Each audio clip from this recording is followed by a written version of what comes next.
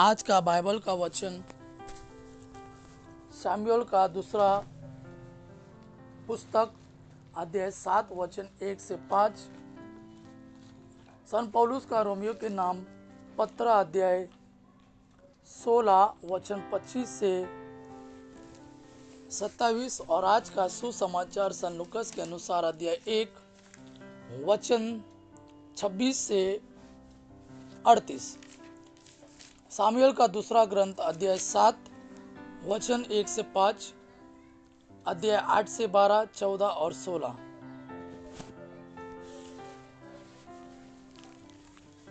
जब दाऊद अपने महल में रहने लगा और प्रभु ने उसे उसके चारों ओर के सब शत्रुओं से छुड़ा दिया, तो राजा ने नबी नातान से कहा, देखिए, मैं तो देवदार के महल में रहता हूँ, किंतु ईश्वर की मंजूषा तंबू में रखी रहती है।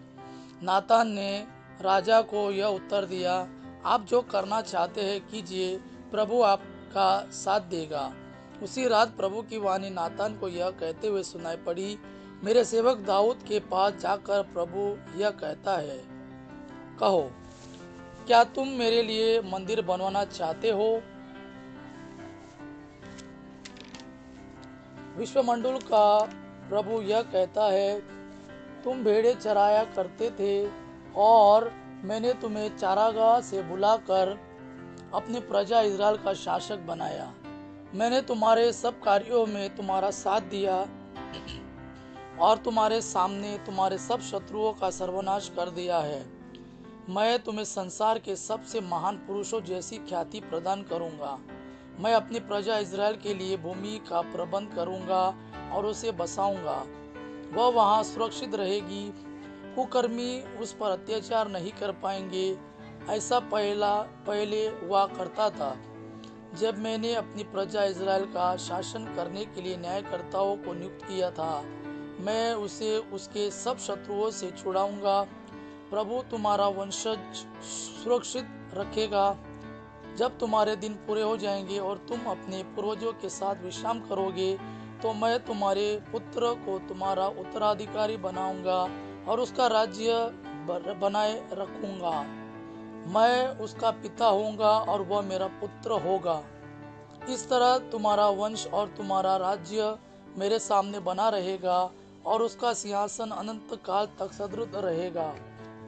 आज का दूसरा वचन सन पौलुस का रोमियो के नाम पत्र अध्याय 16 वचन 25 से 27। सभी राष्ट्र विश्वास की अधीनता स्वीकार करें।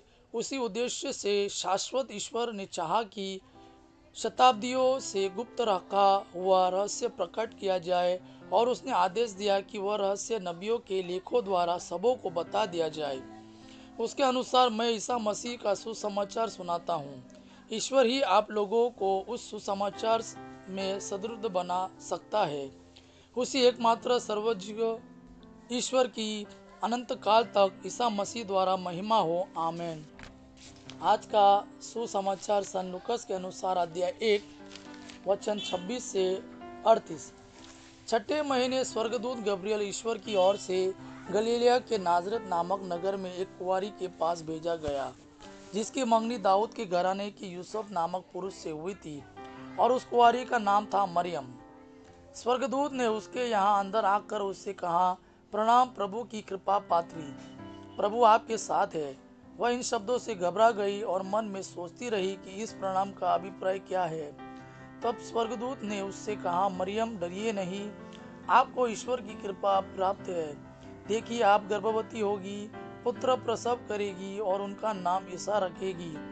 वे महान होंगे और सर्वोच्च प्रभु के पुत्र कहलाएंगे। प्रभु ईश्वर उन्हें उनके पिता दाऊद का सिंहासन प्रदान करेगा। वे याकूब के घराने पर सदा सर्वदा राज्य करेंगे और उनके राज्य का अंत नहीं होगा। पर मरियम ने स्वर्गदूत से कहा, यह कैसे हो सकता है? मेरा तो पुरुष से संसर्ग नहीं है। स्वर्गदूत ने उत्तर दिया, पवित्र आत्मा आप पर उतरेगा और सर्वोच्च प्रभु की शक्ति की छाया आप पर पड़ेगी। इसलिए जो आप से उत्पन्न होंगे वे पवित्र होंगे और ईश्वर के पुत्र कहलाएंगे। देखिए, बुढ़ापे में आपकी कुटुंबिनी एलिजाबेथ के भी पुत्र होने वाला है। अब उसका जो बांझ कहलाती थी 6वां महीना हो रहा है, क्योंकि ईश्वर के लिए कुछ भी असंभव नहीं है। मरियम ने कहा, देखिए मैं प्रभु की दासी हूँ, आपका कथन मुझ में पूरा हो जाए। और स्वर्गदूत उसके पास से चला गया। यह प्रभु का वाणी है। प्रभु को धन्यवाद। आबा पिता की महिमा और पुत्र यीशु का प्रेम आप पर सदा सर्वदा बना रहे। आमेन।